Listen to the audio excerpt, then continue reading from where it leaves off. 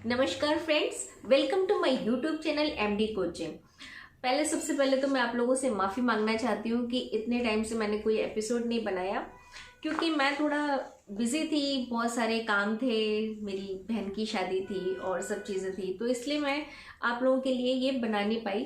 But आज मैं आप लोगों को ये एपिसोड बनाने का मेरा मतलब ये बिल्कुल नहीं है कि आप लोग सैड हो जाएं या डिप्रेस्ड हो जाएं।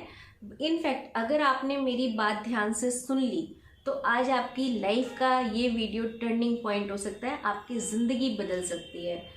क्योंकि अभी इस कोरोना में क्या हुआ है कि बहुत सारे लोगों के पास काम नहीं था, बहुत सारे लोग मतलब फ्री हो गए थे। उनमें से एक मैं भी थी, जो कि मैं भी फ्री हो गई थी। तो मैंने भी अपने अपने आप से मिलने का टाइम लोगों के पास होता नहीं है, अपना पैशन फॉलो करने का टाइम लोगों के पास होता नहीं है। तो ये सारा एपिसोड इस साल चला है, उसके अंदर मैंने भी कुछ अपने मन की मुझे थोड़ा बुक्स पढ़ने का शौक़ था, तो मुझे लगा कि मैं थोड़ा बुक्स पढ़ लूँ। तो उनमें से एक बुक मैंने पढ़ी जिसका एक मोटिव, एक स्टोरी थी कि रियल स्टोरी है कि ऑस्ट्रेलिया में एक हॉस्पिटल है, वहाँ पर एक नर्स काम करती है। उस हॉस्पिटल के अंदर जो मरने वाले लोग होते हैं, जो बहुत बुजुर्ग होते हैं, जो डेथ बेड पर होते हैं, वही लोग आते हैं। तो वो नर्स, उनका नाम है ब्राउनी, वो वहाँ काम करती थी और वो उन लोगों की जो डेथ बेड पर होते थे, जो लोग मतलब आते थे, उनके लिए काम करती थी। तो काम करते करते जब वो उनसे बातचीत करती थी तो उन सब के अंदर एक कॉमन रिग्रेट था। उन सब में कोई ना कोई तो रिग्रेट था ही था, बट जो कॉमन था वो टॉप 5 रिग्रेट्स था। अगर ये आप बात मेरी सुन लेते हैं तो यकीन मानिए, मैं नहीं चाहती कि जो कॉमन रिग्रेट्स उनके पास था वो एक पॉइंट पर आपके पास या मेरे पास हो। तो आज मैं आपको उन टॉप 5 रिग्रेट्स की बताती हूँ, आप उसको ध्यान से सुनिए ताकि ये रिग्रेट्स आप में ना रहे। पहला रिग्रेट, काश मैंने अपनी ज़िंदगी अपने हिसाब से जी होती। काश मैंने अपनी ज़िंदगी अपने हिसाब से जी होती। मतलब इसमें ये था कि लोग अपनी लाइफ अपनी परवाह नहीं करते हैं, अपना पैशन फॉलो नहीं करते हैं कि लोग क्या कहेंगे, अपना ड्रीम जॉब नहीं करते हैं, लोग क्या कहेंगे।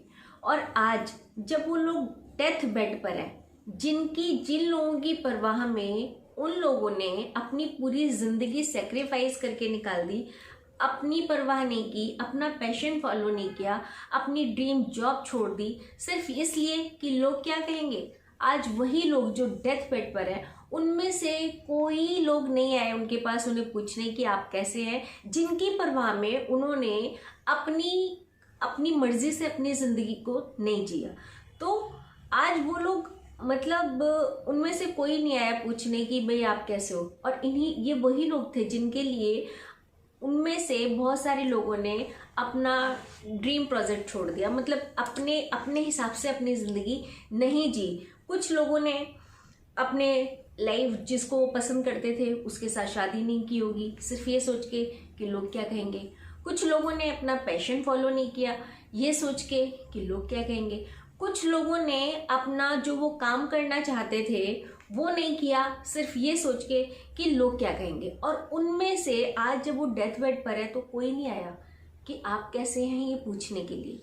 तो ये जो रिग्रेट है, काश मैंने अपनी ज़िंदगी अपने हिसाब से जी होती, तो आज वो पॉइंट है। मैं नहीं चाहती कि ये रिग्रेट उस टाइम पर आपके साथ हो कि काश मैंने अपनी ज़िंदगी अपने हिसाब से जी होती। कहने का मतलब ये है कि जिन लोगों में आप बिलीव करते हैं, आप ट्रस्ट करते हैं, जो काम आप करना चाहते हैं, उन चीज़ों के लिए स्टैंड लीजिए। अगर आप आज मौका है, आज आप स्टैंड ले सकते हैं। और जो सेकंड रिग्रेट था वो ज़्यादातर मेल में था। ऐसा नहीं है कि मैं सिर्फ वो पढ़ करके आपको बता रही हूँ, ये सब करने के बाद मैंने बहुत सारे लोगों से बात की जो 65 अबव थे, उन लोगों से बात की। तो कहीं ना कहीं मुझे ये चीज़ें उनके अंदर भी सेम ही लगी। उन लोगों के अंदर भी ये सेकंड वाला रिग्रेट था जो कि मेल में था। उस हॉस्पिटल के अंदर जो पेशेंट्स थे उनके अंदर आपस में कोई सिमिलैरिटी नहीं थी, आपस में वो एक दूसरे को बिल्कुल नहीं जानते थे, बट उनके सारे रिग्रेट सेम थे। तो ये पढ़ने के बाद मैंने बहुत सारे लोगों से बात की जो 65 प्लस थे, तो उन लोगों ने भी, उनके अंदर भी ये इस स्टेज पर 65 और 70 और 75 के बीच में ये रिग्रेट था कि काश मैंने सारी जिंदगी काम नहीं किया होता। मेरा कहने का ये बिल्कुल मतलब नहीं है कि आप हार्ड वर्क मत करिए, पैसा मत कमाइए, करिए, बट उन लोगों में रिग्रेट था कि काश मैं सारी जिंदगी इतना काम नहीं किया होता, इतना नहीं भागा होता। उनका कहने का मतलब सिर्फ इतना था कि अगर मैं इतना काम नहीं करता, इतना भागता नहीं, इतना हार्ड वर्क नहीं करता, तो काश मैं अपने बच्चों को बड़ा होता हुआ देख पाता, काश मैं अपने स्पाउस के साथ वो क्वालिटी टाइम बिता पाता। क्योंकि लोग सारी ज़िंदगी भागते रहते हैं। मैंने बहुत सारे बच्चों को देखा है जिनके पेरेंट्स बाहर ही भागते रहते हैं, उन्हें पता ही नहीं होता कि बच्चे का छठा बर्थडे कब आया और 17वां बर्थडे कब आया। उन्हें पता ही नहीं होता कि मेरे बच्चे का पहला दांत कब टूटा, मेरे बच्चे ने चलना कब शुरू किया। तो ये रिग्रेट बहुत सारे लोगों में, मेल में स्पेशली था कि अगर सारी ज़िंदगी मैंने काम नहीं किया होता, इतना मतलब काम करना अच्छी बात है, मैं ये नहीं कर रही हूँ कि आप काम ना करें, मेहनत ना करें, पैसा ना कमाएं, बट लोगों में, मेल्स में ये रिग्रेट था कि काश मैं इतनी सारी ज़िंदगी भागता ना रहता, तो अपनी क्वालिटी टाइम मैं उन लोगों के लिए बिता सकता था जो मेरे दिल के करीब थे। उसमें वो आपके फादर हो सकते हैं, आपके मदर हो सकते हैं, आपका स्पाउस हो सकता है, आपका बच्चा हो सकता है, ठीक। तो ये रिग्रेट मेल में था। तो आप अपनी यूथ वाला टाइम मतलब सेक्रीफाइस, कंप्रोमाइज़ करके अगर आप कुछ काम कर रहे हैं तो आप कितना बड़ा पे कर रहे हैं, खुद के लिए पे कर रहे हैं कि आपका वो टाइम जब आपको करना चाहिए था उस टाइम पर आप वहाँ पर नहीं थे, just because hard work, just because कमाना, जस्ट बिकॉज भागते रहना। तो ये सेकंड रिग्रेट्स मेल में था।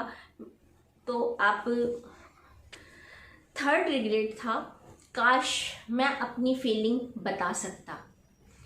फीलिंग बताने का मतलब ये नहीं है कि किसी वो प्यार वाली, किसी को प्यार करते हो उसी को अपना बता सकते, नहीं। काश मैं अपनी फीलिंग अपने भाई को बता सकती कि वो मेरे लिए कितना इम्पोर्टेंट है।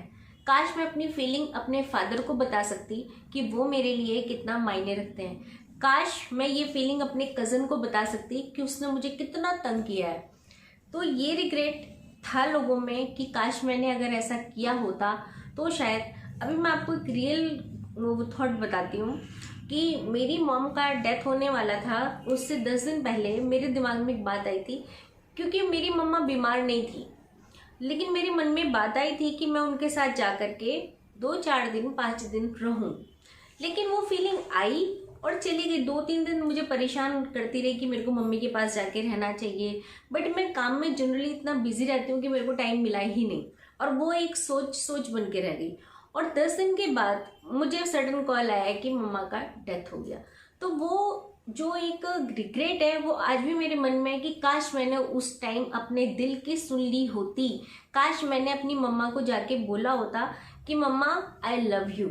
तो ये रिग्रेट मेरे दिल में तो है ही, लेकिन वो जो डेथ बेड पर लोग थे उनके भी दिल में था कि काश मैं अपनी फीलिंग अपने रिलेटेड लोगों से बता पाती, जो मेरे दिल के करीब रहते हैं, जो मेरे लिए थे, जो मेरे लिए हैं, जिनके लिए मैं थी। काश अगर वो फीलिंग, हो सकता है अगर अपनी रियल फीलिंग किसी को बताते तो हो सकता है रिश्ते बिगड़ जाए। तो ये सोच करके हम लोग नहीं बता पाते, नहीं कह पाते हैं कि काश, तो वो रिग्रेट रह जाता है कि ये सोच के कभी कभी कि अगर मैंने सच में कुछ बोल दिया, कहीं हमारा रिश्ता ना बिगड़ जाए, कहीं कुछ हो ना जाए। बट सच ये है कि जो लोग आज डेथ बेड पर थे उनके दिल में, दिमाग में ये रिग्रेट था कि काश मैं अपनी फीलिंग उनके साथ शेयर कर पाती, काश मैं ये बता पाता कि मैं उनके बारे में क्या सोचता हूँ। तो अगर आपके दिल में आज किसी के लिए कुछ है तो प्लीज़ जाइए और उसके मुंह पर उसको बोलिए, ताकि उसको पता चले कि आप उसके बारे में क्या सोचते हैं, ताकि आप अपने मन से हल्के हो जाए। रिश्ते क्या, जो आपको समझेगा वो आपके साथ रहेगा। जो फोर्थ रिग्रेट था लोगों में, वो ये, चौथा रिग्रेट जो था वो ये था कि काश मैं अपने दोस्तों के टच में रह पाता। दोस्ती हम लोग कुछ हमारे बचपन के फ्रेंड्स होते हैं, कुछ स्कूल के होते हैं, कुछ कॉलेज में जाके बनते हैं, कुछ कभी कभी तो बस में भी कुछ ऐसे फ्रेंड्स बन जाते हैं जिनको हम कभी नहीं भूल पाते। तो लोगों के मन में ये रिग्रेट था कि काश मैं अपने दोस्तों के टच में रह पाता, क्योंकि तो दोस्तों के टच में कुछ लोग बाहर चले गए पढ़ने के लिए, इसलिए दोस्ती टूट गई। लेकिन क्या ये इतना बड़ा था कि हम अगर वो बाहर चले गए तो उनसे हम बात नहीं कर सकते? हम उनको लेटर भेज सकते थे, एसएमएस कर सकते थे, तार भेज सकते थे, फ़ोन कर सकते थे, ईमेल्स भेज सकते थे, कुछ भी कर सकते थे। लेकिन हमने अपने गोल्डन फ्रेंड्स इसलिए छोड़ दिए या इसलिए वो पीछे रह गए क्योंकि हमने ये सोच के छोड़ दिया कि अब तो बाहर चले गए, अब तो मतलब उनका चेंज हो गया। लेकिन वो फ्रेंड्स को मतलब खोने का जो दर्द होता है, जो वो रहता है, वो रिग्रेट भी उन लोगों में था कि काश मैं अपने फ्रेंड के टच में रह पाती। 5वां रिग्रेट, काश मैंने अपने आप को खुश रहने दिया होता। हर मरते हुए इंसान ने ये बात मानी।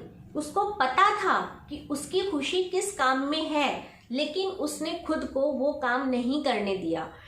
यकीन मानिए, आपकी खुशी का कंट्रोल सिर्फ और सिर्फ आपके पास है। आपको डिसाइड करना है कि आपकी खुशी किस चीज़ में है। क्योंकि अपनी खुशी के लिए कभी कभी हम सोचते हैं कि जिस इंसान से हम जुड़े हुए हैं उसके साथ जुड़े रहने में ही हमारी खुशी है, बट वो क्या सच में हमारी खुशी होती है?